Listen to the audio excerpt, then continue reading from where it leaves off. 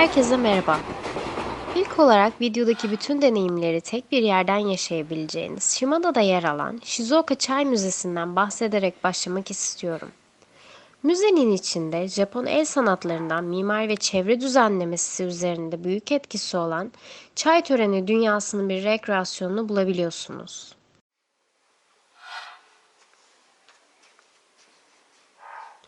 Japon kültüründe matcha yeşil çay bir içecekten çok daha fazlasıdır. Matcha çay töreni, yüzyıllardır geleneksel Japon kültürünün ayrılmaz bir parçası olmuştur.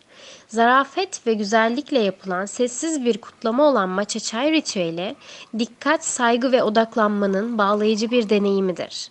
Matcha, yılın ilk çay yapraklarının ince öğütülmüş tozundan oluşur. Hafif sert ve canlandırıcı bir tada sahip. Muromachi döneminde yaklaşık 600 yıl kadar önce bir rahip Juko Murata Wabicha kavramını yaratmış. Bazı içme ve çay yapma görgü kuralları içeriyor. Görgü kuralları çayın nasıl yapılacağından tevazu ve gönül rahatlığı ile kaynaşmasının bütününü içeriyor. Bu sade ve sessiz stile Wabi adı verilir. Wabi, Japon Sado'nun temel fikridir. Sado dediğimiz şey ise çay seremonisidir. Aynı zamanda Chodo olarak da adlandırılıyor. Yeşil çay hazırlamanın oldukça kalıplaşmış bir yöntemidir. Sado, çay hazırlama ve sunma töreninin ötesinde anlamlar ifade eder. İnce hassasiyet ve geniş bilgiye gerek duyulan gerçek bir sanat olarak görülmektedir. Sado ayrıca hayatın amacını sorgulamayı ve aynı zamanda doğaya değer verilmesini teşvik eden de bir konsept. Matcha töreni ritüellerine bakacak olursak, bugün formalite seviyeleri bir toplantıdan diğerine göre değişebiliyor. Ancak matcha törenleri genellikle benzer bir dizi olay ve mutfak eşyaları içeriyor. Matcha ritüeli küçük bir kase, chawan adı, bambu çırpma teli, chasen, çay kepçesi, shaku, keten bez, çakin, sıcak su termosu ve temizlik için kullanılan ekstra su haznesi içeriyor. Ev sahibi yani teishu, matcha'nın kendisi ve tatlılar ile birlikte nesneleri odaya getiriyor. Çay içmeden önce mutlaka tatlı servisi yapılıyor. Tatlı olarak da wagashi sunuluyor.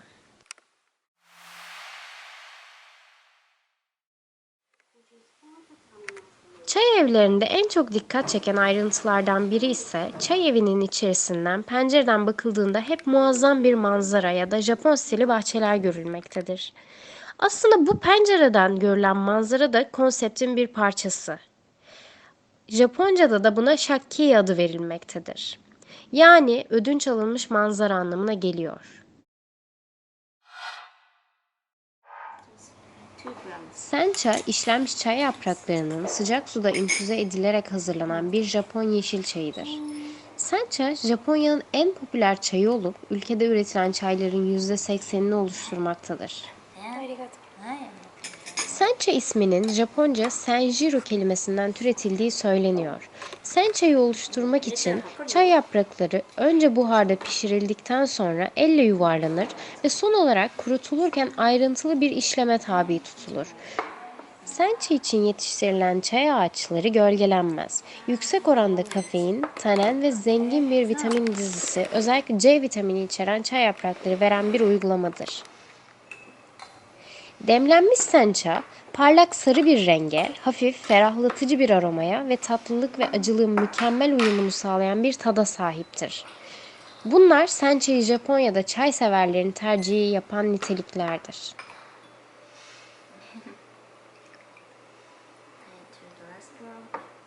Sencha servisi yapılırken de bir seferde her bardağa az miktarda çay dökülüyor ve son damlasına kadar servis yapılıyor. Japonlar son damlanın en lezzetli olduğuna inanıyorlar.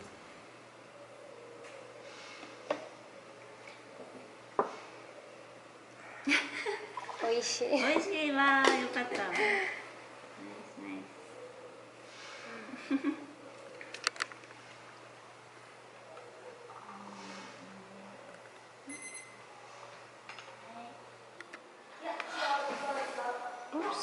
Matcha çay tozu normal yeşil çaya göre 15 kat daha fazla besin içeren üst sınıf bir çay olarak kabul ediliyor. Matcha tozu öğütülmüş çay yapraklarını bütünüyle temsil ettiğinden tüm çay yaprağının besin ve vitaminlerinden faydalanırsınız. Buna karşılık düzenli demlenmiş yeşil çay yapraklarında besinleri ve C vitamini gibi vitaminler çay yaprağında geride kalır ve genellikle atılır.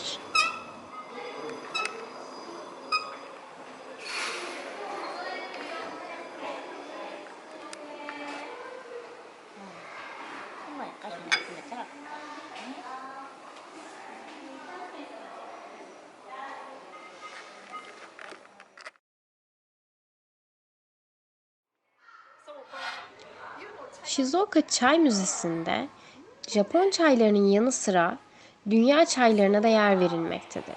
Bunlardan bugün ben masala çayını anlatacağım. Masala çayı, aromatik Hint baharatları ve otlar karışımı ile siyah çay demlenerek yapılan aromalı bir çay içeceğidir.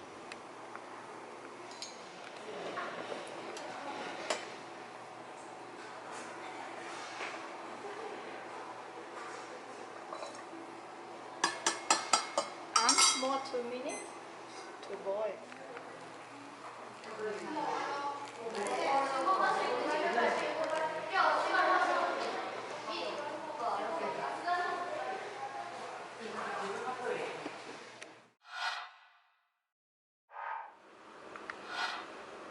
Özellikle Meiji restorasyonundan sonra Makinahara çay tarlalarının yetiştirilmesinin bir sonucu olarak Shizuoka, tüm Japonya'daki en büyük üretim hacmi ve nakliye hacmine sahip modern Japonya'yı destekleyen bir çay endüstrisi bölgesi haline gelmiş.